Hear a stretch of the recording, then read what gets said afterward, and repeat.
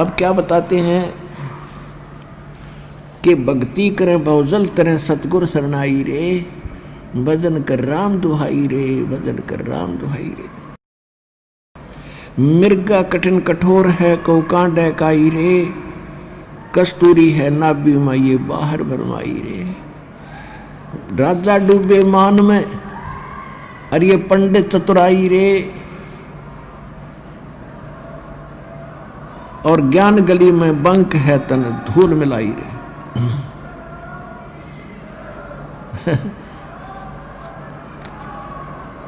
ये भूत आ गया रे, गलती से आ जाए एक आधा नालायक ढीठ होता ये भूत, समझदार तो दूर रह जाते हैं। वो भाई क्यों दे तोड़वाई, वहां तो भगवान का दरबार है, पिटोगे। ये एक आधा मूर्ख आ जाए पिटाए पिट, आदत होएगा दी पट्टन की परमात्मा से, तो इनको सूक्ष्म मार पड़ती है भगवान की वाणी से, इसलिए चिल्ला रहे हैं काल के पीड़ित। और जो समझदार होते हैं वो दूर हो जाते, ना भाई वहाँ नहीं जाना, बेइज्जत नाश हो जाए इज्जत का। और परमात्मा देखो ये प्रेत क्यों बने, ये कौन थे प्रेत पितर जो भी बने हैं, ये आप ही हम जैसे इंसान थे। इनको ज्ञान मिला नहीं, इन मूर्खों के चक्कर में आगे नकली गुरु संतों के, अब इनका जीवन नाश हो गया। अब अच्छी जो आत्मा के व्यक्ति मरे हैं वो आज किसी को दुखी नहीं दे रहे, वो भूत प्रेत तो हैं ही, और जो ढीठ टाइप के मरते हैं वो जिंदा जी भी दुखी कराया करते, फिर भी उनका स्वभाव बकवास करने का ही है। तो यहाँ भगवान के दरबार में आकर उनको सीधे शब्दों में समझा दिया जाता है कि या तो, क्योंकि वो भी आत्मा भगवान की है, कि या तो दूर रहना ना फिर थारी खैर नहीं है। तो एक आधा ढीठ आ जाता है, उसकी फिर यहाँ समारा जा भगवान अंदर से उनको कूटता है। तो ये चिल्ला रहे हैं मूर्खी में, अब रो रहे हैं, अपना सारा जीवन बर्बाद कर दिया।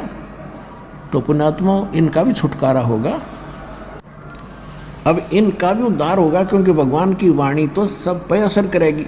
उसके बच्चे सारे हैं, जीव जंतु, चिट्टी, हाथी, पशु पक्षी, भूत प्रेत, पितर देवता, ब्रह्मा विष्णु महेश, ये सारे उसी कबीर भगवान के बच्चे हैं। और उनका उद्देश्य सभी का उद्धार करना है।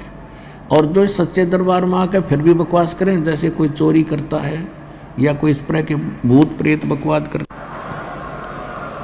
तो उनको भयंकर यातना मिलेगी फिर भगवान के दरबार में, और इसी जीवन में उनको बहुत कष्ट उठाना पड़ेगा। तो इसलिए अब ध्यान से सत्संग सुनो। अब क्या कहते हैं, राजा डूबे मान में पंडित चतुराई रे, और ज्ञान गली में बंक है तन दूर मिलाई रे। राजा को यानी थोड़ी सी पोस्ट किसी के पास प्राप्त है, सुख का सांस है, टाइम पर टूक मिल रहा है, कोठी कार है, और सामने गुट्टी लाने की माया फालतू मिल जाती है, तो उनको तो अभिमान गणा हो गया, वो तो मालिक के निकट इसलिए नहीं आते। और पंडित जो गुरु पद पर विद्यमान है, उनमें चतुरता गणी आ गई, उनका स्वार्थ हो गया दुनिया को ठग कर मूर्ख बनाकर अपने पीछे लगाने का।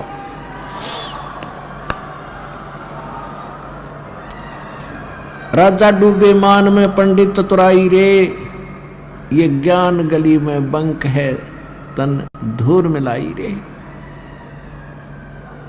उस साहेब को याद कर जिन सौंज ये सब सौंज बनाई रे, और देखत ही हो जाएगा पर्वत से राई रे। कहते उस परमात्मा को याद कर, तत् ब्रह्म को। गीता अध्याय नंबर 7 के श्लोक नंबर 29 में गीता ज्ञानदाता कहता है,